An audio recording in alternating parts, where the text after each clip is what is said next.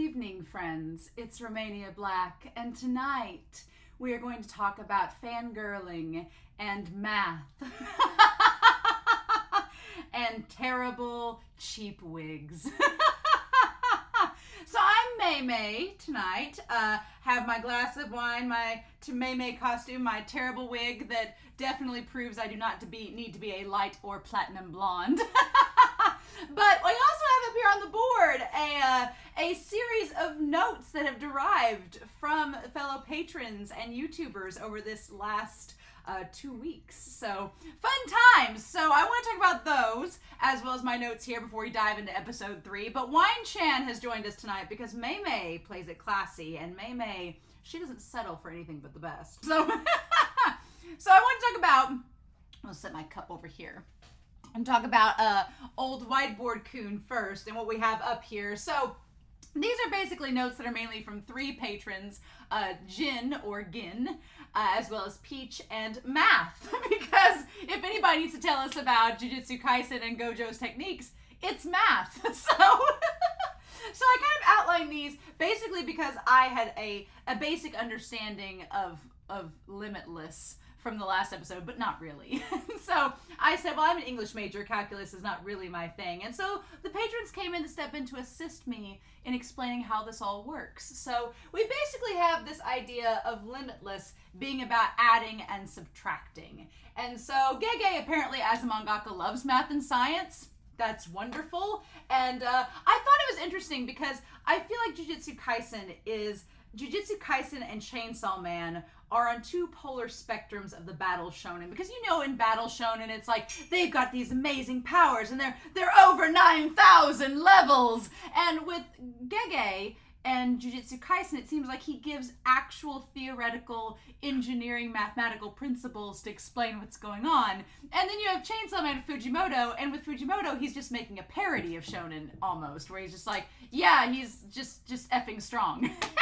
And there's no explanation. So I thought that was really interesting. But we have this idea that we don't fully know the reverse techniques yet, or the 6 eyes. I'm sure that manga readers are like, oh, it's been revealed. You just don't know that it's been revealed. Don't tell me, please. We'll figure it out as we go. But we have the idea that there is this Bates neutral version of Limitless. And that idea is that it stops stuff. Essentially, Math was explaining that it's similar to the limits in math, or a converging theory of a series, basically the sum that repeats infinitely. So it goes in 2 different directions. It either diverges or it converges. Now, Gin and Math and Peach were explaining that when it diverges, the idea is that it increases or decreases the sum infinitely. It gets bigger, it pushes away. It keeps adding on top of things, and pushes things away. So the red power is to push away, which is what Gojo tried to do in the last episode and failed. And it is basically the divergence of infinity, the infinity series that pushes back, kind of like what Gojo did in season 1 with Jogo, right? Just pushed him away, right? And then there's a series called attraction, or the blue to attract. And the idea is that when the house was destroyed in episode 1, that was a version of that. The idea of reinforcing the technique with negative energy or cursed energy that involves some form of space and time manipulation. It creates this negative space or a void-like effect and attracts things to it, which is how he's able to hold Rico up in the last episode. So I like the idea of also explaining converging as slowly getting closer but never reaching the actual limit, because it's limitless, right? If it's limitless with divergence, it just keeps on multiplying over and over again without end. If it's a convergence, it's slowly getting closer to a limit, but it never reaches it. So I really liked the idea that I'm going to hide my toy from Huckleberry so he doesn't bother us during this. Go lay down, dear sweet dog. Go lay down. He's like looking at me like I'm an idiot. And so I loved this idea of the equation that it's 1 plus 0.5 plus 0.25 plus 0.125. It keeps on going, but it never quite makes it to 2, right? I love the idea, and it just gets slower and slower and slower as it goes, which is kind of like Gojo. When you get close to him, there's a barrier there, and you never quite reach him. I thought that was a beautiful explanation. And so we have red, we have blue, and then we just have purple that's a literal black hole. We don't have the explanation for the literal black hole yet, but I thought this was very helpful So thank you. I'm glad you all enjoyed this math story time. I only charge $5.99 per minute, so I'm Mei Mei. I have to make money. So I do have some other comments I want to talk to before we dive into this episode. This wig is ridiculously hot. And so Edgar noted that Getou, him when he was torturing for information and Gojo knocking out the opponent, Gojo was fully ready to go for the kill in the last episode, which is interesting. Gojo was willing to kill to take out the enemy, and Getou, even though he tortured them, he did not offer to kill. So that was an interesting point to bring up. And it almost seems like I like the idea of Gojo showing off and experimenting and getting stronger, but is it at the cost of someone else's life? What do we do with that? So we have that to consider. Be Happy noticed that Gojo seemed to be annoyed that they had to protect Riko, while Getou was saying that she could be with her family and Kuroi and friends. So Gojo feels, what's funny in this situation is Gojo feels like he's the villain. And Getou feels like he's the compassionate protagonist, which we know from the movie. Having the movie go before this series was such a smart idea, because having the movie come out before season 2 gives us, the audience, this expectation of what Getou and Gojo become. And then when we start this season, they're polar opposites, and we're like, well, wait, how did this happen? So it makes you wonder how we got there, right? It's very interesting. And so then also Toji naming Megumi. This hit me when we were talking about it, because Be Happy is like, what a terrible father, naming his son. I'm like, terrible father or most progressive father of the year. But what dawned on me was there's a Johnny Cash song called A Boy Named Sue. And the whole song is about Johnny Cash being mad because his father named him Sue. And at the end of the song, you find out the dad did it because he said, this world is tough, and if you're going to grow up in it without me, I wanted you to have a name that would make you grow up strong and tough and defend yourself, because otherwise you weren't going to survive. So it was like the ultimate tough love. He was like, I basically gave you this name knowing you'd go through hell, but it would make you strong enough to survive in the real world. Again, Kenny vibes. But yeah, I thought that was interesting. So maybe there's something to it. Maybe Toji isn't total trash yet that we know of. Ashley Roy pointed out that nothing in the first episode was rotoscoped. Not a thing. It was just stylistically done to be that way. How about that, right? And then Meanie Torre 3074 said that in Japanese, the Tengen pronouns are gender neutral that are used for Tengen. So that's all I want to know. I don't want to know anything else. But it makes sense that they would be gender neutral because Tengen has probably assimilated both men and women. So it being gender neutral makes a lot of sense. Ifat Bushra Suhi notes that I've been mistaken this entire time. It's not Gojo and Megumi that are related. It's Gojo and Yuta. Gojo and Yuta are distantly related, not Megumi and Gojo. So thank you for pointing that out. I'm sorry if I've led you all astray the last 2 episodes, but it's Gojo and Yuta that are related, not Gojo and Megumi. Good to know. Then we have this idea from Crimson Christina Claudino that pointed this out, and this is something I'm going to be adding to our board of gay yearning. In the ED, we see Gojo and Getou riding on the bicycle together. It is illegal in Japan for 2 people to ride on a single person bicycle, but you know what? When it's love, it defies all societal expectations. So I'm going to be adding this to the board of gay yearning for our recap once this flashback arc is over. So it's going on the board. I'm excited. Gin notes that Riko uses a very old-fashioned way of speaking. Several people actually pointed this out, and it's almost kind of elitist, which I thought was a really cool character trait for Riko, because we know that Riko is fully on board with being assimilated. They're like, bring it on. I'm ready to absorb Tengen and Tengen to become me. So there is this kind of elitist air to her, an old-fashioned air that makes a lot of sense given what she thinks is going to happen to her. So I liked that a lot. And then Anime Annie pointed out a couple of things. One, we were talking about the Star Religious group, and why it wouldn't work with Q, even though their goals are virtually the same. And the idea behind it was essentially that the Star Religious group is very uppity, very self-righteous, and thus they probably wouldn't want a group like Q involved with them, which is kind of the biggest irony, because if they joined forces, they could probably take down and get Riko for themselves and end up achieving the same goal. But because of their own selfish and self-centeredness, they end up not doing that. So what can we do? But also Shoko. Anime Annie pointed out, is Shoko a prodigy with the reverse technique? Or, as I posited in my reply, is Shoko just really bad at explaining things? Because we kind of used Nishinoya from Haikyuu as an example. Nishinoya is not a prodigy, though, so maybe Shoko's just not great at explaining things and just has this talent that they've developed, but they're just not a good teacher. Happens, right? Or maybe they are a prodigy. We don't know. And then Riko calling Gojo a commoner, showing that she, along with Getou, and that's why I really like their dynamic, is because when she calls Gojo a commoner, Gojo's like, I've never been called this in my life. And I like that because she and Getou seem to be the only people that don't treat Gojo like he's a prodigy or on like a big pedestal. Like they treat Gojo like a person. And I think that that is really good. It makes their dynamic very, very nice. Toji leaving the chopsticks in the ball of food at the restaurant is typically like a funeral ritual where you leave the 2 chopsticks in the rice at a funeral. So Toji's about to go kill someone. That's exciting. So haha, fun times. Not looking forward to that at all. If that's the case. And then Gojo is more bratty. I really like this. Gojo is more bratty around Getou face to face. But whenever Getou leaves, Gojo gets serious. Like when it's Gojo and Getou talking, they're using Digimon. He acts all bratty and childish and he's goofy. The moment Getou is out of sight, out of mind, Gojo's like bringing out calculus, being serious, and taking things very differently. And I thought that was an amazing counter to the movie, because now it seems like in the movie, Getou's almost mocking Gojo, being like, oh, is this how you were acting around me? Like, nonsense! And like all this, like he's acting like Gojo was acting. And Gojo, meanwhile, knowing how serious of a threat Getou is like, I'm not playing, man. And so I love that it almost seems like Getou's mocking him. It's so fascinating. But yeah.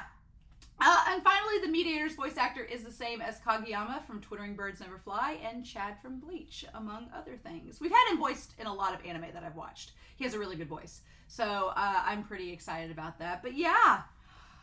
Oh, I've waited all day. I've messed with this disaster of a wig for about an hour. It still looks terrible, but we'll do what we do. But yes, thank you, Gin and Peach and Math, for explaining Gojo's ability for us non-STEM majors. I thank you and give you all a beautiful toast for your free volunteer services. And now it's time for the actual reaction. I'm very excited for this reaction, so thank you for humoring me with that introduction, but I am ready, y'all. I'm ready this tie. Everything about this is a cosplay nightmare, but what can we do? So I've waited all day. I've peeked in the Discord a few times, and it's been black box, black box, black box, black box, black box, and I'm like, so I'm excited, y'all. I'm ready to dive in and see what we get. So we'll see, won't we? Won't we? We're going to start Jujutsu Kaisen episode 3, and we're not going to waste any more time. We are going to start that sucker and see what we get. Episode 27 of Jujutsu Kaisen here in 3, 2, 1, and oh, friends, let's do this, y'all.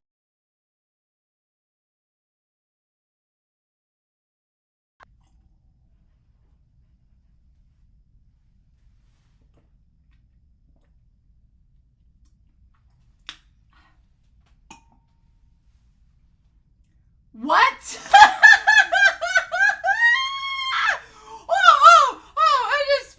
I got whiplash from this episode.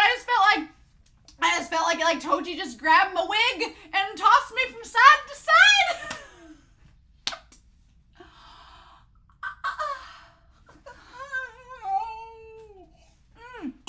Where do we start? Where do we even start? I don't know. I guess we're just gonna have to go through this episode linearly, because where do we even begin? I don't even know where, except to go through the episode bit by bit. Tell us when we get. Bring Whiteboard Coon over here. And just go through the episode. I'm not taking this wig off because I will look like Pinhead from Hellraiser, and we're not going there. So I'm gonna be like, I'm drenched. You all can't see it because it's a black shirt. I'm like drenched in sweat. It is like 90 degrees out. I'm drenched. Worth it. Oh my God, this episode was a sensory overload. I just felt like someone said, do you want a beach episode? Do you want Nanami Kento? Do you want Toji in his Dorito dad body shirt? Do you want Gojo nearly dying? Do you want Getou avenging his gay lover? Do you want sea cucumbers that are phallic representations of Gojo grabbing dicks? Do you want... Are we gonna have to add sea cucumbers to the board of gay yearning? Yes, the answer is yes. but like, what are we doing? What are we even doing? I was not expecting 90% of this episode, but now that we've seen the OP, we've seen 90% of the OP. So it's a battle royale now of Toji versus Getou, and I'm stunned, y'all. Quite frankly, I felt like I didn't have a moment to rest in that episode. I felt like there was no moment to rest. There was no opportunity to go. I was trying to talk through the episode, but I kept being like, nope, we're changing. Nope, we're doing this. Nope, we're doing that. And then that beautiful piano solo while Rico is recounting her memories, that beautiful piano solo. And okay. All right, I don't have any more wine left after I've chugged it all. So we're down for some discussion about episode 3 of Jujutsu Kaisen. I said in the last 2 episodes, these episodes were incredibly dense and there was a lot happening.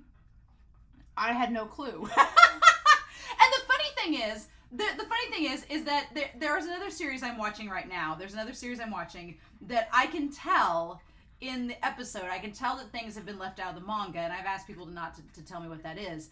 But in here, no, it seems like when you start the episode, you're like, wait, why are we cutting to a beach episode? Why are we skipping that entire rescue mission? That is Gege's humor of Gege, I'm sure, in the manga being like, why would I spare you guys going on this boring mission? We know Gojo and Geto's gonna get her back, so let's just skip that and go to a beach episode and have fun.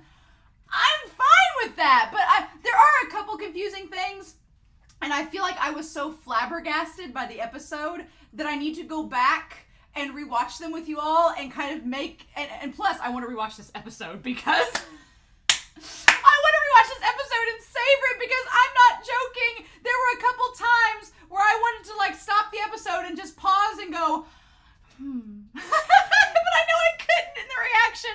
I knew I couldn't in the reaction, so I was like, no, we're not going to do that. We're going to go through the episode and be nice and all this. But man, the moment that Getou was like, or we can go back. I had some theories, and we're going to put them up here on whiteboard, Coon, talk about them. I had some theories about what that meant. But the moment that Getou was like, oh, we'll go back and see Kuroi, I'm like, no, Kuroi is dead. She is dead. The moment Toji walked through the hallway, he is like, he has killed her. She is dead. If he spared her, I will be surprised. But the moment Getou was like, let's go back, Rico, I was like, she's gonna die. But what I thought was gonna happen was they were gonna turn around, go through the hallway, and Toji was gonna be at the end of the hallway. I was waiting for them to meet Toji at the end of the hallway, and I thought Rico was gonna see Kuroi dead right there at his feet, and she was gonna freak out, and then they were gonna battle, and he was gonna kill her. That's what I anticipated in that moment. I was like, the moment he held out her hand, I'm like, they're gonna go face Toji, and he's gonna kill her, because Gojo is out of commission. But I did not expect the gunshot. Didn't expect that. But knowing that Toji has no cursed energy, okay, that makes sense. He has a gun on him, and he just shot her in the head. I was not, and he knows that Getou doesn't have, he's assuming Getou doesn't have like a limitless ability that would prevent that from happening.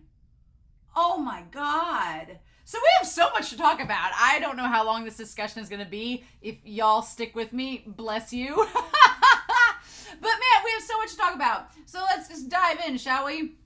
I'm talking about the fish and the idea that she's always known she was different. And that explains so much. The old way of speaking, the fact that she views herself as different, the idea behind it, she always thought something was off, right? And you forget the fact that she doesn't have her parents anymore, so there's kind of that separation there. But man, I was getting major, like, talk about Kuroi. All right, let's talk about Kuroi and Rico.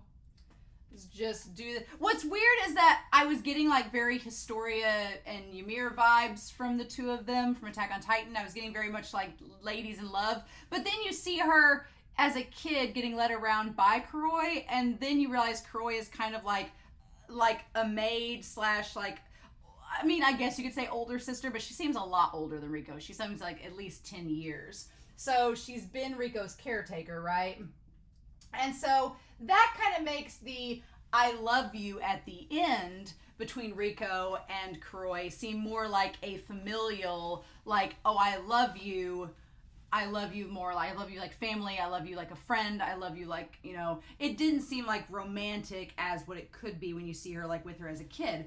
But that explains so much about Getou's character, and we're gonna get to it and talk about it, but it was just such a beautiful moment, and to know that both of them, well, at least Riko, but probably Kuroi too, are dead. I'm like, man, that's just like, it just changes everything, right? And that Toji doing it for the bounty, doing it for the 30 million, doesn't really help his son afterwards. But we don't know what happens with them, right? Okay, so yeah, so we get the idea of seeing there, and he's like, Kuroi has been kidnapped, and so we get the idea of them talking. They set this whole thing. It's like Gege's ultimate parody of setting up like this big operation to rescue Kuroi. And then they're just like, nope, we got it done. And you're just sitting there going, what? Perfect cut to the intro. Perfect cut to like throw your audience off and make us go, what the hell? So like there always is a chance that the worst could happen. So I want to go back through this because I had forgotten. I was like, where was Getou in all of this? And we find out that Riko, that Kuroi sent Getou to go get Riko. She's like, you're faster than me. I'll be fine. You go get her.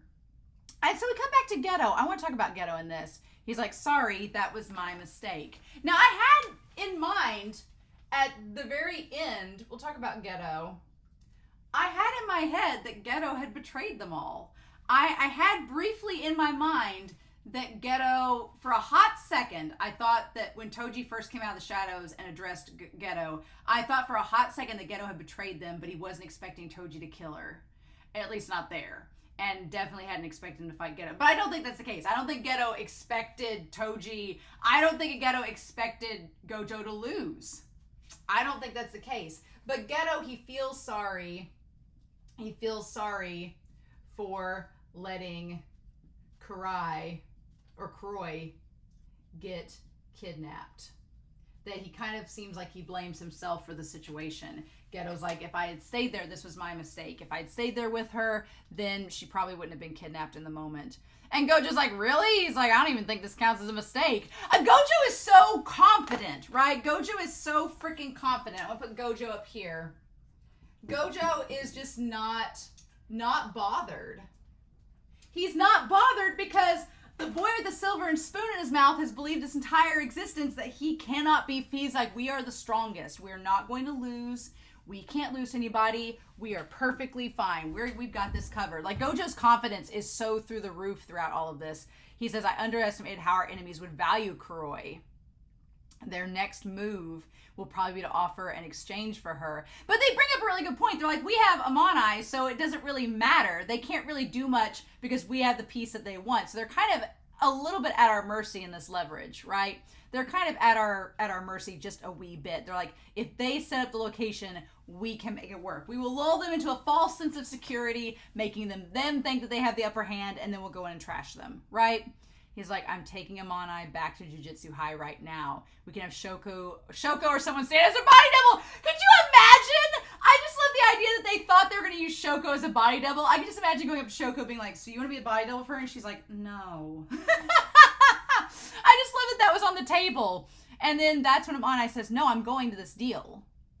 I can't trust you two yet. I like the Gojo's like, what do you mean you can't trust us? And she's like, even if you manage to save her, what if Kuroi isn't back before I assimilate? She's like, I need to say goodbye to her. I haven't even said goodbye, and I want to go. And Gojo's just kind of like it's like he doesn't quite realize.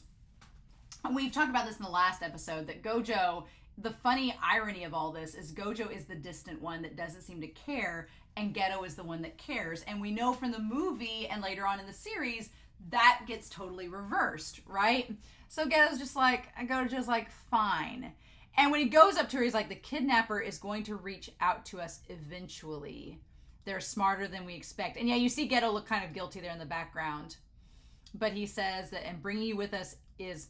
And I like that when, as he's saying this, Getou looks up like, oh, you're actually serious. Like, bringing you with us is likely to hurt Kuroi's chance of survival. But if you want to go, then fine. I'm not going to tell you no. But he's like, if things go south, we're going to leave you behind. Got that? And she's just like, okay. Like, she looks determined and wipes the tears from her eyes. And she's like, that works. And then he's like, okay, in exchange, if you get scared partway through and want to go home, then we're going to ignore you and do it anyway. And he's like, bear that in mind. And it's built up to be this amazing, like, epic rescue. No, we just bypassed all of that and went straight to the beach episode. Gojo showing off his damn abs and her showing off her body and then both running into the water. And that's it. And it's happy and stars and wonders. And Kuroi's like, protection mission day 2. That's it. And they're in Okinawa. Like, I can't imagine reading the manga and not losing your mind. And going, wait, what? How did we get there? There were several moments in this episode that felt like the end of a manga chapter. That you were just like, what happened? That was one of them. So that felt like it too. Oh my god. Okay, so we go back to the start of this episode. Does anybody else think that in Okinawa, this looks like where Mahito and Getou and Jogo and them met up? Like, does this not seem like where they met up before? I feel like the hibiscus there that we see at the very beginning. Did Getou meet with Mahito at Okinawa in season 1? It would be the ultimate angst if villain Getou was going around to all of the date spots that him and Gojo went to when he was like on the side of the Jujutsu sorcerers. Like, it would be the ultimate irony and angstiness that in his villainry he keeps going back to all the places him and Gojo were before and had their beautiful memories. Gege, why would you do this to us? Well, I know why you would do this to us, because you're freaking Gege. But he's like, I can't believe that I got captured by the Star Religious Group. And then I love that it just shows them coming in there, and Getou's like, well, it was kind of my fault, ha ha ha, but I'm glad it worked out. And she's like, was I really caught off guard? And then she's like, I thought I was on high alert after the incident. And then, yeah, Gojo just comes in, kicks somebody in the face, and, like, kicks them over and over again, and then comes and gets her. Like, Gojo has no qualms beating the shit out of people to get what he wants, right? Which is what Toji essentially does, too, right back to him, right? I don't have much recollection of being attacked. But, okay, so the thing of it is, we know now that the Star Religious Group and everybody, they just kidnapped her to get Amanai to come in there, but this is all working to Toji's favor. And he's like, and you all came here by plane to Okinawa to come get me. Were you okay? Were you attacked? And he says, no, Satoru has good eyes. He reveals to her in that moment that his eyes were working. So, okay, Gojo, and I'm going to use blue even though I start with pink. So the 6 eyes. I am assuming that the 6 eyes technique, now, this is where spoilers get kind of weird. They have not revealed exactly what the technique is. So I don't want to know, like, I don't want somebody in the comments being like, this is exactly how it works. I feel like they're going to explain it to us in detail because it's Gege and he wants to, you know, show off Gojo's techniques. But what it feels like is that we have that his eyes let him see any maybe weakness of an individual, and it forms a barrier around him and who he is with. It's kind of like the phrase, you got eyes in the back of your head. That's what it seems like amplified for Gojo. Gojo has the ability to see all around him, everything encompassing him when he's using that technique. And not only can he, it's kind of like a double-edged sword. Not only can he see everything around him, but people don't notice him. So it's a way for him to, I mean, it would be perfect for espionage. You could use it to like go see anything, no one would notice you, and you could get in and out of there, get your information, which would probably explain why he's been so good at traveling in season 1. He went off on his own on a lot of trips, and nobody notices him because he uses Six Eyes technique. So nobody would notice. He could sneak in, get his information, and get out without bothering anybody. And in this case, he has, that's why he stays so close to Riko throughout this episode. He's always with her and beside her. She's in his vicinity, so no one can see them while he's using the Six Eyes technique. Right? And that's, he used it with Yuji before in the battle with Gojo and all them, kept him right beside him. It makes sense. That's why the villains want to separate Gojo from everybody. That's why in season 1, they wanted to get Gojo outside of the veil and keep everybody in, because they knew if Gojo was around, he would be able to protect them. Look at this. Look at you, Gege. Look at you, Gege, explaining things without explaining things. What a mastermind. What a genius. I just love that Riko's kind of like watching Gojo in the plane, and he's just like up in everybody's faces watching them. And Satoru is like, well, Geto's like reading a light novel throughout it. Geto's reading like a manga while they're flying. And it's just like the Twilight Zone. He has like his little Haku Spirited Away dragon flying alongside them. It's great. It's a great time. So yeah, I wanted to go back to this schedule. There's a 3 days. So there's 3 days. They even do a little hibiscus at the top. It's like 3 days of protecting Riko. And it says travel schedule day 1, 1,330 hours. At 1:30, Kuroi kidnapped. 2,100, kidnappers designate Okinawa for the exchange. This is day 2. Day 2, Gojo, Getou, Amanai arrive in Okinawa. Rescue Kuroi from kidnappers at 1100. 1,200, finish interrogation. 1,300, swimming at the beach. Now!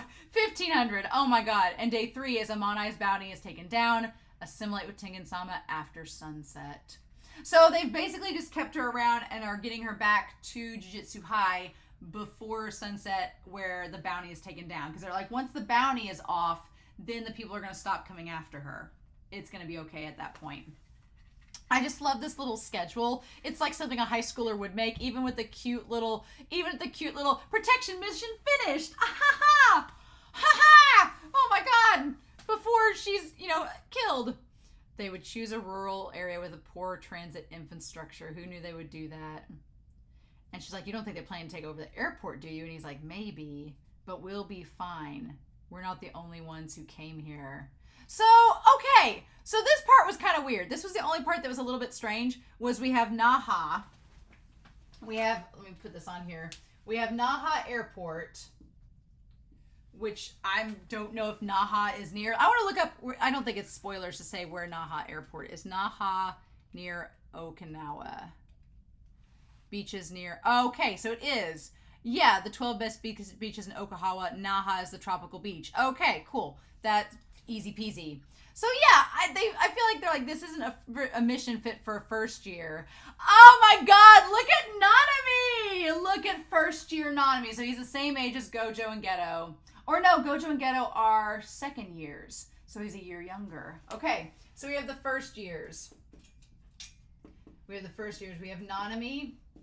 NANAMI looks so good with his hair like that. I love it. It has a very Sanji vibe from One Piece.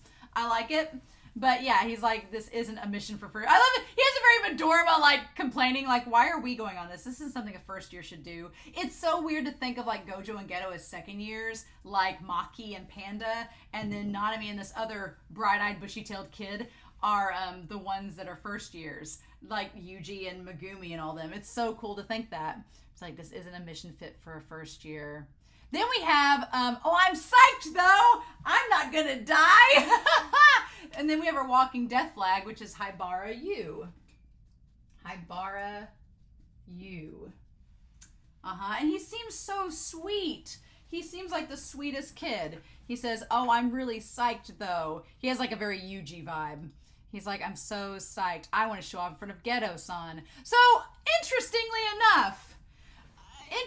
enough, he says on there that he wants to show off for Getou. Okay, he wants to show off for Getou-san. He has a very, I feel like, Haibara has a very Yuji vibe to him, in terms of being like super energetic and very optimistic. What's interesting is I thought he was going to say Gojo, but nobody likes Gojo. So he wants to show off for Getou, which is fascinating, and that makes me think. I feel the writing on the wall. This is theory time. We're going to start theory time from here on throughout the rest of this discussion. I feel like the death of Riko and the failure of this mission, like Gojo's obviously not dying because he's still alive in the present. So Shoko or somebody saves Gojo. Something saves Gojo, whether it's Shoko's reverse curse technique, whether it's Gojo's reverse curse technique that we don't know yet. Something saves Gojo. He's still alive. But I feel like the failure of the mission, the failure of Getou to protect Riko, the failure of her getting to see Kuroi again, the failure of them getting her to assimilate, and the failure of him protecting Gojo is going to lead Getou to a dark place. And Getou's going to feel guilty, he's going to feel bad, he's not going to feel good. And then you have this Haibara kid that says he wants to impress Getou. If something bad happens to him on Getou's watch, then it's going to be like, this is the straw that breaks the back for Getou. I'm just calling it now. I feel like Getou is going to be the one to get worn down by all of this. And he's just like, I can't take it. And just like, explodes, right? I hear our upperclassmen are wearing themselves to the bone, right? And then that's what Haibara says, to protect an innocent young girl. Like, I just love that Haibara's like, we're doing like really good things and protecting an innocent girl and let's help our peers. And Nanami's like, I just want a baguette. Nanami is giving off a lot of Megumi vibes, which is interesting. He just has this air about him that's just like, I'll do it, but I'm not going to like it. Maybe it's Nobara vibes. I don't know. But he's like, so we have to give it our all too. And but then they don't do anything. And Nanami's like, if a typhoon rolls in and shuts down the airport, then our efforts are pointless. Like, gives the old meteorite, excuse. But they don't do anything. So they get introduced, and then that's all we see of them this episode. So they went all the way to Okinawa, so they fly. I was expecting when they all got back and they said, okay, we're all here, that Nanami and Haibara would be there too, but maybe not. I guess they were called in just in case they need reinforcements, and then they didn't. I'm curious why they didn't call Shoko in, though, but maybe she's not supposed to leave Jujutsu High. The thing with the sea cucumbers, if you don't know what a sea cucumber is, I had a friend when we were on a speech team, she did a whole speech about sea cucumbers. And they're basically, they have a lot of like medicinal purposes, and they're very interesting creatures. They have a lot of uses. They're really cool. They look like dicks. So our joke on the speech team was that someone got her a dildo for her birthday and said, it's the sea cucumber, because that was what her speech was about. We were 21 and stupid, so yes. but just that whole scene, I'm like, oh my God, Gojo, you're used to handling all those sea cucumbers, right? Right? Gege could have made it anything. He could have made it anything. He could have made it a starfish. He could have made it a fish, like a sweet sea bass. But no, he had to make it this phallic damn sea cucumber because it's Gege, and he was like, yes. But what to take away from this scene is that Riko and Gojo have the exact same energy. They're just like little gremlins. They're chaotic. They're enjoying life. He's like upperclassman wearing himself to the bone. Yes, he's doing an awful lot, but he actually is.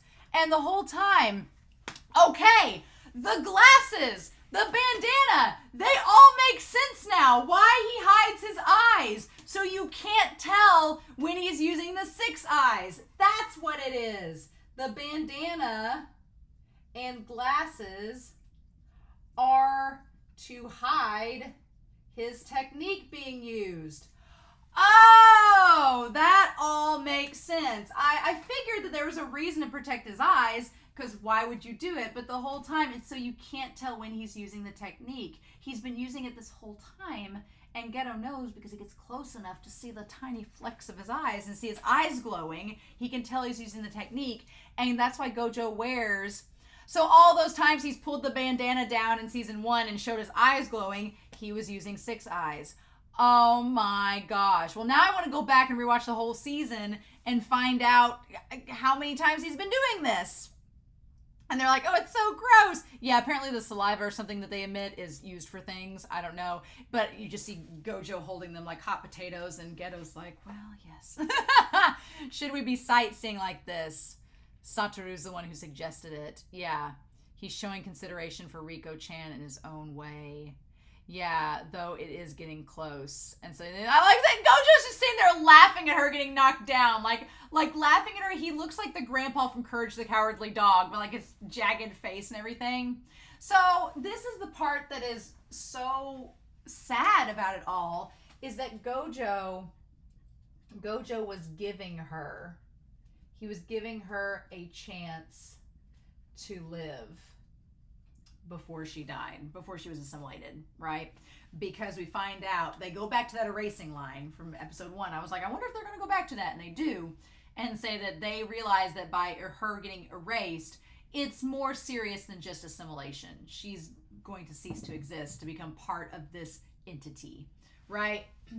So Gojo wanted to give her, in his own way, a chance to live, kind of like what Getou suggested. I love the give and take that Gojo and Getou give each other. And Getou is the one that at first shows the compassion, being like, so your friends, your family, you want to stay with them. And Gojo at first seems like he doesn't care, but Gojo's kind of like a little tsundere cat, where he starts to like catch on and go, okay, well, we she could have this moment, I guess, and make a day of it. The irony of it all is that by letting her live this day,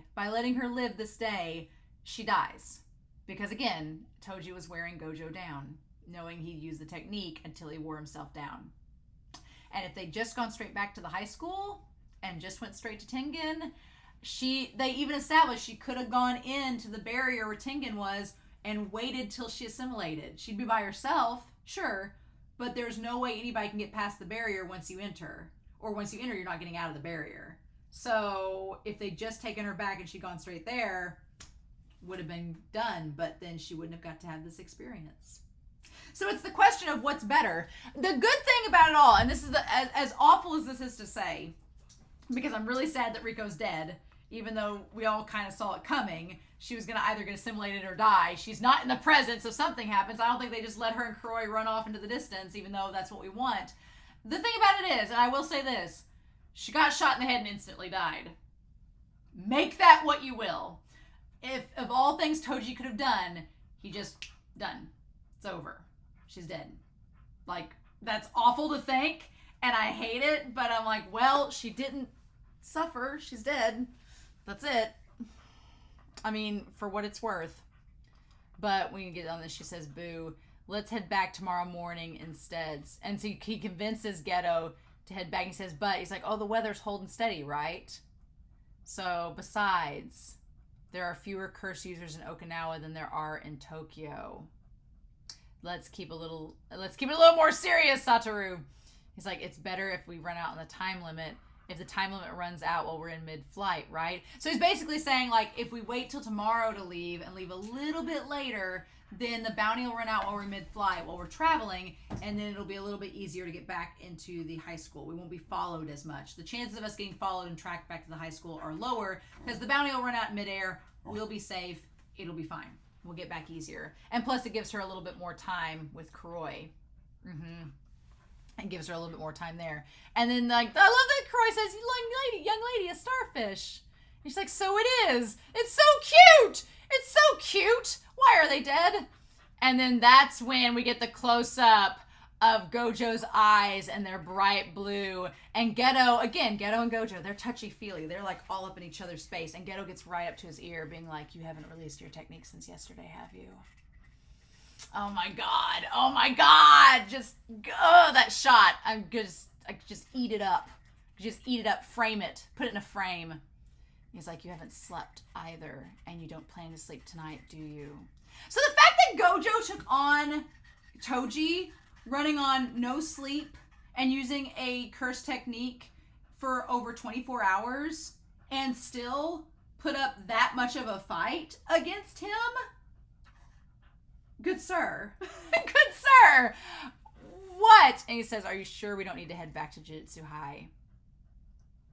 And he's like, yeah. And he's like, it's not a problem. So this is, again, it'll be curious. We know that Getou and Gojo don't die from Toji. Whatever happens to Toji in this next episode, we know that neither of them die, but they're going to have to deal with the consequences of what happens. The consequences of Getou letting her choose not to assimilate, and the consequences of Gojo not immediately bringing her back. Because that was their mission. Acquire her, bring her back, done. That's all. You two are the strongest, that's why we chose you. But they had a heart, they let her live, and now she's gone. Tengen can't assimilate, and the entire campus is destroyed. Toji is there to kill Gojo. He's there fighting Getou.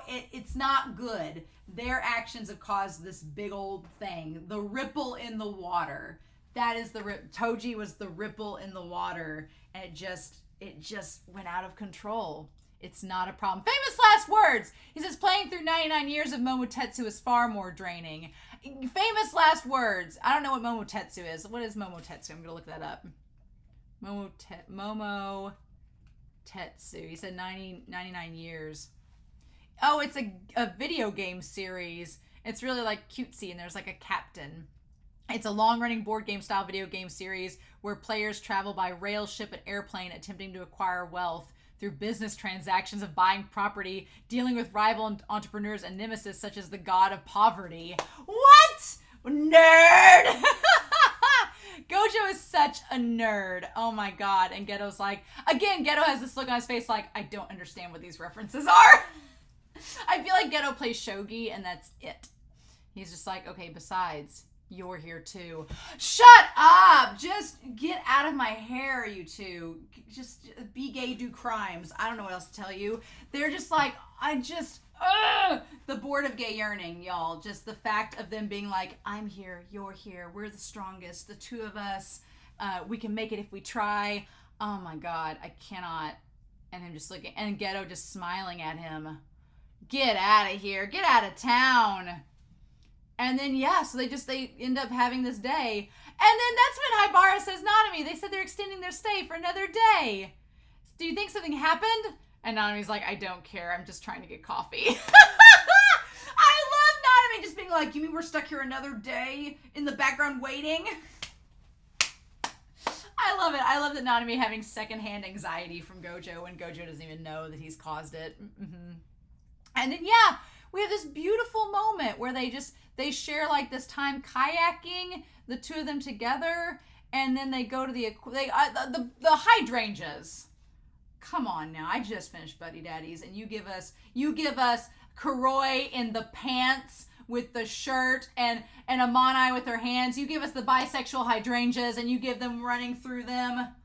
Come on. So then there's the Hydrangeas. We have the orange flowers from the ED. We have the spider lilies from Gojo getting whacked and Rico too. And then we have the Hydrangeas. So we've encountered our flowers. We're checking off all the boxes. But they just look like it looks like Jack and Rose from Titanic in that scene with the two of them. And then behind them in their swim gear are Gojo and Getou following right behind. Like just enjoying the day. Like they're all, like Rico's having this great day and they're just falling behind. They have the ramen, the tea. Like it's the most beautiful thing. And then we have the aquarium like in the OP. Mm-hmm. Yep. The fish. I do like the reference from Neon Genesis. There is the exit sign that's the reference. It's symbolic of we're having all these happy times. And then we're just about to take the exit sign. We're about to exit the happy times and go to the very sad reality. Yep. I was not expecting Toji to show up. We get to the high school. We get to day 3. It's 1500. They made it back. We're inside the barrier now. And that's when Getou says, okay, you can let the barrier go now. You worked really hard this time. And he's like, yeah. And you see his eyes turn back to normal. They're not blue, bright blue anymore. I never want to get stuck babysitting a brat again. So there is a question. I guess you could wonder. There was a part of me when we got to the very end, like I said with Toji, that wondered if Getou had betrayed them. But I think when Getou tells him to die after he says he killed Gojo, then it's like, no, there wasn't a betrayal there. But it kind of makes you wonder for just a hot second, especially knowing Getou now. It makes you just briefly wonder. He says, I don't want to get stuck babysitting a brat. And that's when he gets stabbed. But yeah, Getou even looks surprised. Yeah, and he managed to save himself in the nick of time. And then there's Toji.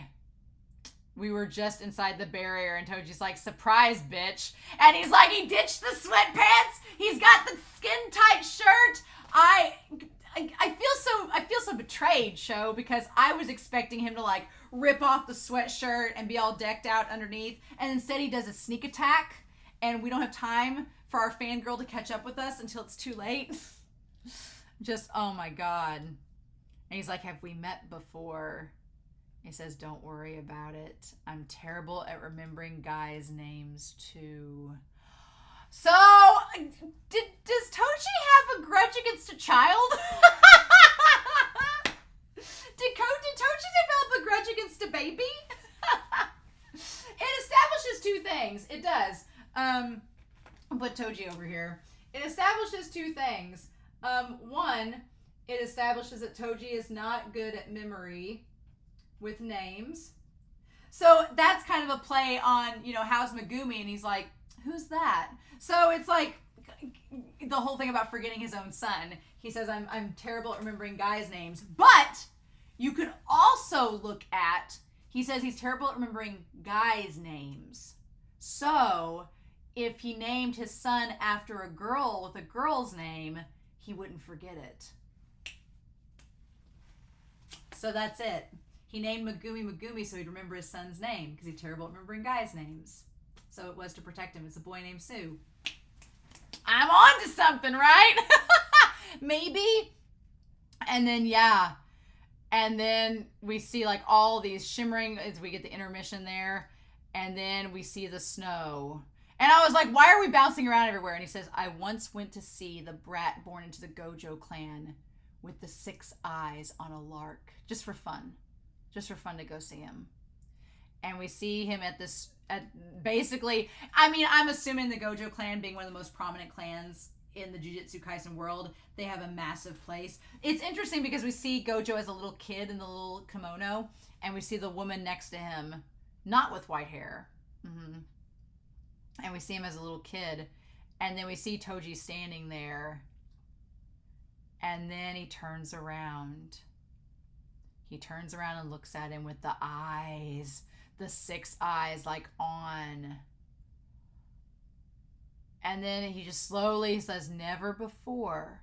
And then the moment like you see his eyes start to change when he looks at Gojo, never before or after that had anyone noticed me standing behind them. So, what? So the eyes, he says that once Gojo looked at him with the eyes, right? He says never before or after that had anyone, had anyone noticed me. Okay, because he has 0 presence. Okay. For a hot second there, I thought maybe Gojo's ability made it to where once he looks at you with the blue eyes, people won't notice you anymore, because that would mean if you looked at Riko with the blue eyes, nobody would notice her because the eyes would protect her. And for a hot second, I thought that it was going to be the ultimate irony and Gojo accidentally protected Toji with his 6 eyes technique, and then that's what enabled Toji to sneak up on him. But that wasn't the case. What he was saying is never before had anybody noticed him because he had 0 presence. He could just sneak up on people, and never again as it happened, nobody's noticed him, but Gojo noticed him that one time because of the eyes. So in that moment, Toji realized if I ever face Gojo in a battle, then I can't allow him to use the 6 eyes technique or he's going to notice me. And I can't let that happen because I don't have any cursed techniques or cursed spiritual energy. I have to use a tool. The fact that you looked at a 5-year-old and realized you may have to face them one day in a battle is like, I'm like, Toji, did you hold a grudge against a kid? But that's amazing, right? And then, yeah, he saw him. That's why I wore him down. He's like, I knew if he used that technique, I was not going to succeed. So I had to keep him using that technique over and over again. And then we see Gojo sitting there on the balcony using the eyes so that he can be ever vigilant and see what's all around him and sense everything. Yes, so him like not sleeping, using the eyes constantly. That's it, to wear him down. Oh my God. And then that's him just until his senses dulled, right? And then, of course, they managed to go after him in that moment. The animation style, yes, the animation style works wonderfully with this whole fight scene.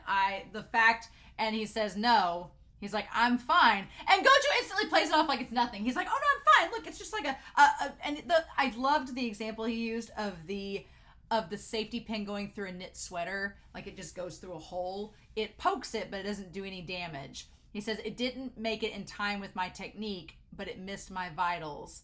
I strengthened myself with cursed energy, so the blade couldn't be drawn out at all. It was like passing a safety pin through a knit sweater. And in that moment, Gojo, gets serious and reveals that serious side to Getou, and Geto's kind of like, okay, all right, you're fine, but this is not what he's used to, right? And then he's like, seriously, I'm fine. Prioritize Amane first. I'll deal with this guy. He's like, Suguru, you get her to Tengen Sangma. And Geto's like, Satoru, like, you know that Getou wants to stay and help him. You know Getou wants to stay and help. But he's like, we do need to get her to Tengen. But, which now seems kind of futile because he was going to let her go. Now he was going to let her go with Kuroi. So it seems almost futile. Like, Gojo told you to go get her to Tengen. And now Geto's like, well, damn it, I let her go. She's dead. Kuroi's probably dead. And Gojo's been severely injured. So, like, you can see in this episode the kind of tension with Getou to try to do what he thinks is right and also do what others are telling him to do. Which, again, goes back to the basketball court where Gojo is like, well, we just do whatever we want. We're the strongest. We don't have to listen to anybody. And Geto's like, no, there's a reason we do certain things. And that is being tested here. Yep. And he says, be careful. And that old be careful, it felt like damn banana fish. It felt like freaking banana fish. I was like, are you kidding me? Are you joking? He says, right. He's like, who do you think you're talking to? And then, yeah, Toji just using the sword and slicing through. And the sword, oh, look at that shot! With them pecs! Them boobs are bigger than mine! I'm like, damn it, Toji. Just him and that damn cursed spirit wrapped around him. Oh, it's like a maggot. And then that sword with like the whisk on the end of it. And he just looks so freaking cocky. But here's the thing. That smile, that is a crazy Megumi smile if I've ever seen it, right? And the fact, so he has zero presence, which is kind of like Maki. Kind of like his distant cousin, Maki. And then he has this cursed sword. Okay. They talk about heavenly pacts, and I want to hear what he says about the heavenly pact that he made, right? And he has the cursed sword, and Gojo's like, that's different from the blade that he stabbed me with. It's a different sword. Where did that cursed spirit come from? Where indeed? Was it up his ass the entire time? We don't know. And then I love that Gojo said there's too many unknowns, damn it. Gojo is a man of strategy and math, and the fact that there are so many unknown variables here, Gojo's like, Gojo's likes to be in control of the situation, and he's like, I'm not in control of the situation, so what do I do? And he's still a kid, he's still a teen, so he hasn't figured it all out yet. This is not like adult Getou, right? And so then that's when they say that the star plasma vessel, he's like, I hoped to take you down with that earlier attack. I guess I've gotten rusty. Which means that maybe he hasn't killed any sorcerers lately. And then Gojo says, well, the bounty's taken down, you idiot, like a teen. And Toji's like, yeah, I took it down, you prideful bastard. And Gojo's like, oh, shit. Gojo's face is like, oh. He's like, when facing people without openings like you have to create ups and downs leading to several false goals. And Gojo is just like, Gojo has this look on his face like, oh my God, he played me. Like, that's the look. Gojo's like, this guy knew what I was doing and played me at my own game. I laughed when the Star religious group went to Okinawa. It sucked none of the sorcerers around her died.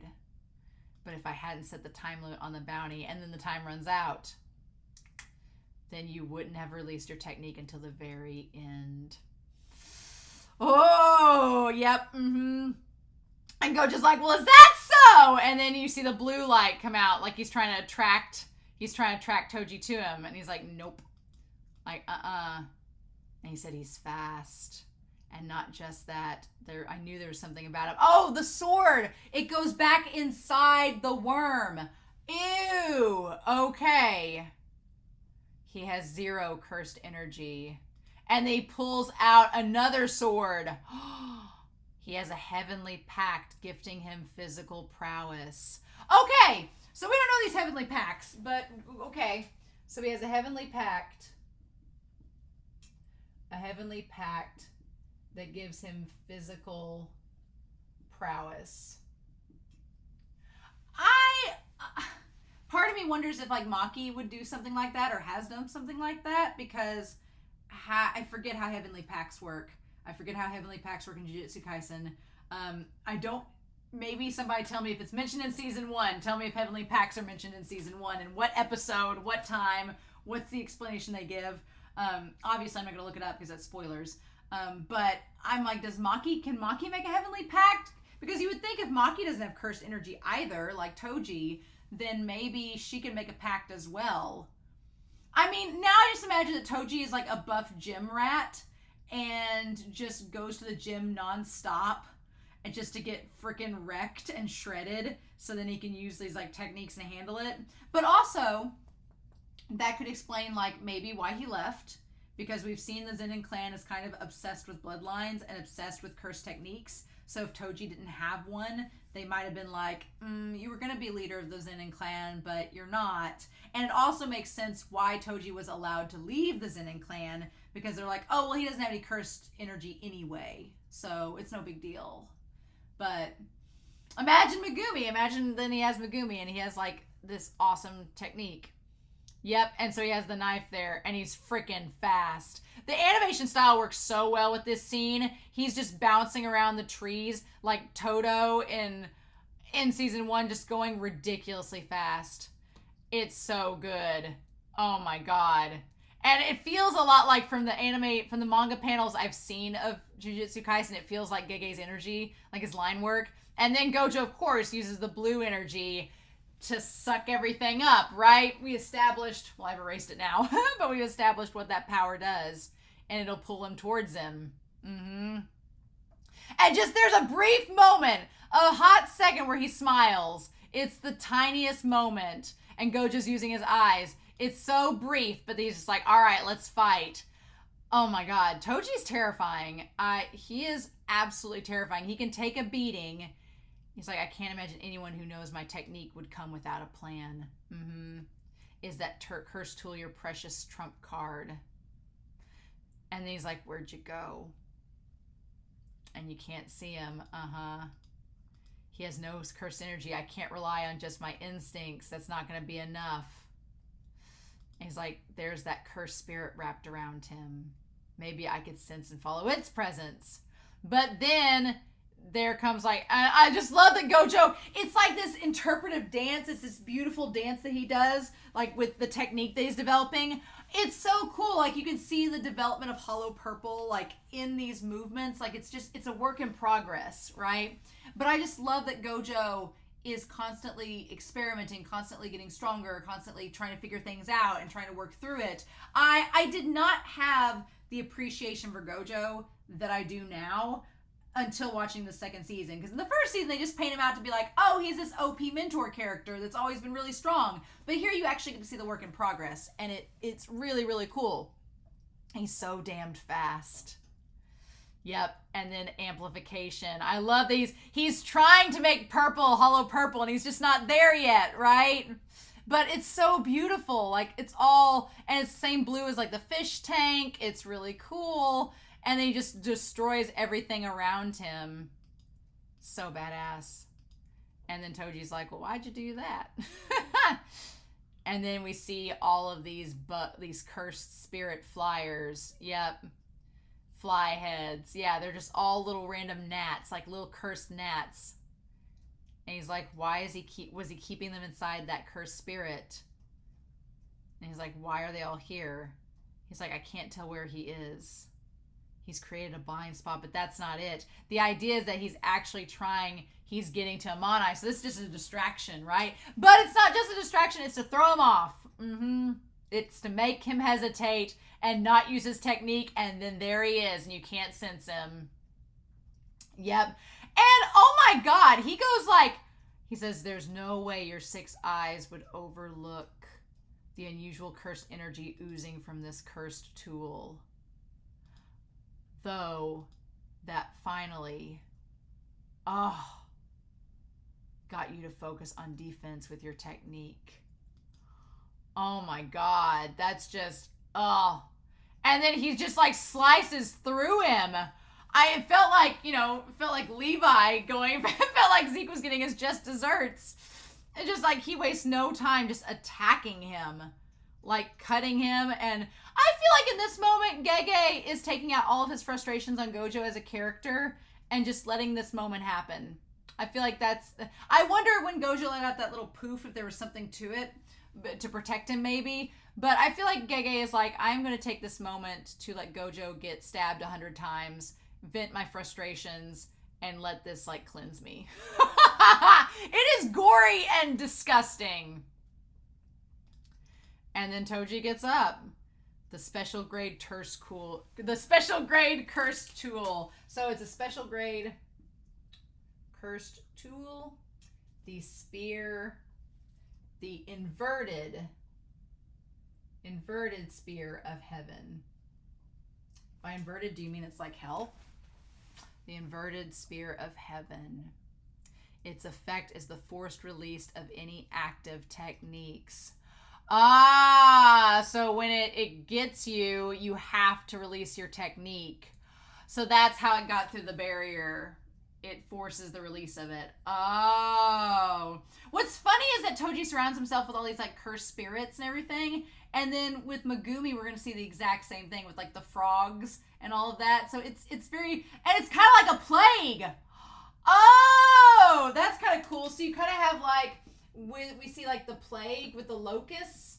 The fly heads look like locusts. And then with Megumi, it's the frogs. Or is there gonna be like a river of blood? Oh my God, it is. It's kind of like summoning the plagues. Interesting. Oh, he thinks, I'm getting my edge back now. Oh my God. And yeah, Gojo's just his legs stabbed.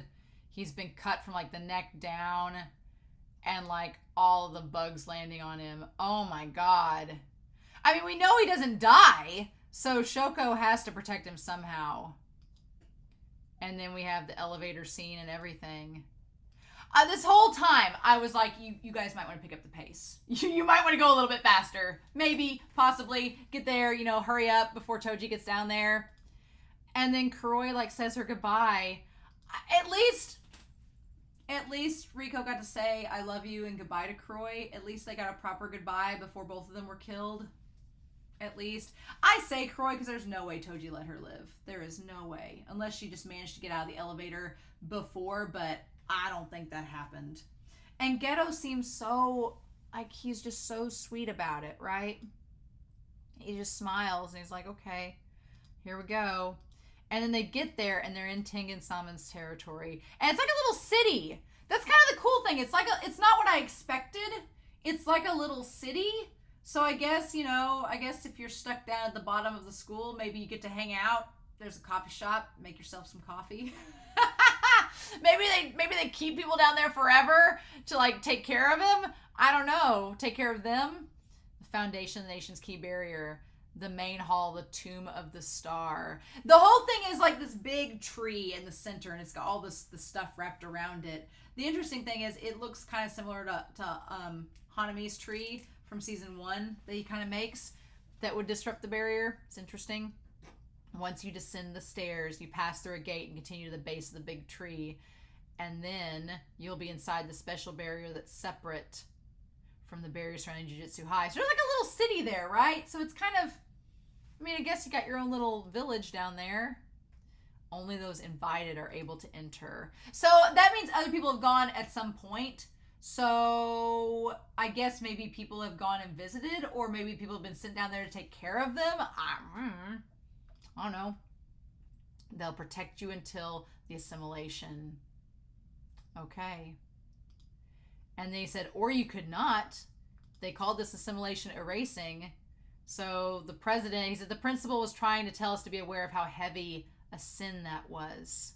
Our teacher may be a muscle brain, but he often does roundabout things. So Geto's kind of saying, like, our teacher was trying to instruct us in the most delicate way possible and the most literal way possible, like what was going to happen, to be like, are you guys okay with this? Because in episode 1, I was like, you guys are totally fine with this. And then him and Getou decide, Gojo and Getou decide, well, if she doesn't want to get assimilated, then we're not going to make her. Screw it. She'll do what she wants. For better or worse, right? And then they just decide, they're like, where, if the brat refuses to assimilate, then it's off. I love that Gojo in that moment is like, well, then we're not going to make her do it. Why would we do that? And Getou's like, are you sure about that? I love how pouty Gojo is. He's like, what? It might mean fighting Tengen-sama. And Gojo's like, well, you scared? We're the strongest. It'll all work out somehow. And that's the thing. Like, that decision to not let her assimilate. Like, now it's a what if. So now we don't know what's going to happen. Apparently, they still have barriers. So something happens. Tengen still stays there and protects the school, right? Because that's how it was in season 1. So something happens. Something's going on. But we don't know yet, right? Maybe Tengen can take the corpse and do it. I don't know. No matter what decision you make. And she gives the whole spiel about knowing she was different. And she wanted to stop feeling sad and lonely. But she's like, I want to be with everyone a little bit longer. And Getou just smiles because he, like, knows, like, this is the right thing to do. This is what she wants. And he says, let's go home, Riko-chan. And she reaches for his hand, and that's when, God! And at first, it's like a delayed reaction when she gets shot in the head, like it cuts the ribbon. And for a moment, Getou's still smiling. And I thought for a hot second, I was like, was this all a betrayal? But then his face drops like, oh. And it's like, oh, no, he didn't know this was going to happen. And she's just done. Gone. And that's when Toji shows up. Oh my God. He's like, okay, job's done. He's like, well, that was it. And my question is, why did he not just leave? He shot her while Getou's still in shock. Why did he tease Getou? Why did he taunt him? Why did he stay to fight? What is Toji just got a death wish? What's the deal? He's like, you're free to go now. So, what is this? And Getou's like, why are you here? He's like, what's your point? And he's like, why? Oh, that's what you mean. Like, because I killed Gojo. That's why I'm here. And Getou, like, you don't see his eyes for a hot second and everything. It's just like domain expansion. I don't know if it's domain expansion or not, but it's just like I don't think it is. But I think it's like all of his creatures coming out at once. They all just come out. And there's like some woman from The Grudge with like black hair comes out. And there's like, and then there's the dragon.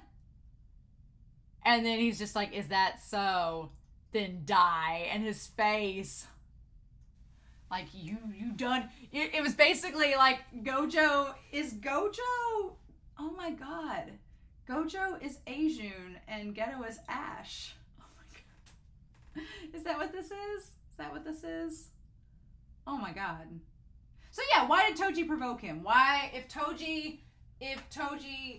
he stick around? Why did he provoke him? Why didn't he just turn around and leave? Why was he interested? What is happening? Where is NANAMI and the others? They were supposed to be following behind. Shoko is probably going to save Gojo, more than likely, because we know he's alive. Getou's getting out of this somehow. My big worry though is I have two questions at this point. I mean, that are kind of, we obviously know that Gojo's going to live. We know Getou's getting out of there. We don't know Toji's fate. I'll be sad if Toji dies in this episode and coming up. I'm going to be sad if Toji just croaks like, but he does it because he takes like, well, but we don't know. We don't exactly know the timeline because I don't know if he I don't know where Toji, if he gets out and goes with the woman and leaves Megumi and his stepsister behind, or if that's already happening. But I don't think it is, because when Gojo meets Megumi, he's a little kid. So, okay. Gojo meets Megumi when he's a little kid, right? Before he's in middle school with the stepsister. Gojo meets Megumi as a kid. Well, he might be as a kid. So we don't know, is he gonna make it out alive next episode? I don't know. I'm assuming the premature death is Riko's, obviously, that's what this is going to be about. Then that makes me wonder about Haibara, because I don't think he's alive in the main storyline. So what happens to him? Will he show up and get killed? Don't know. But I'm very curious to know a couple of things. One, why did Toji provoke Getou? What was the point of it, other than to show off that, other than to tell me he killed his boyfriend? What was the point of that? I don't understand. Two, how does Tengen, because the rumor was if Tengen did not get Riko to assimilate with them, then they were going to basically evolve into this other being that may or may not continue to support Jujutsu Kaisen High. So apparently Tengen still decided to remain at the high school and protect it. We think, but why? What happened to it? So we don't know what happens to Tengen. We don't know what happens to Toji. We don't know what happens to Haibara.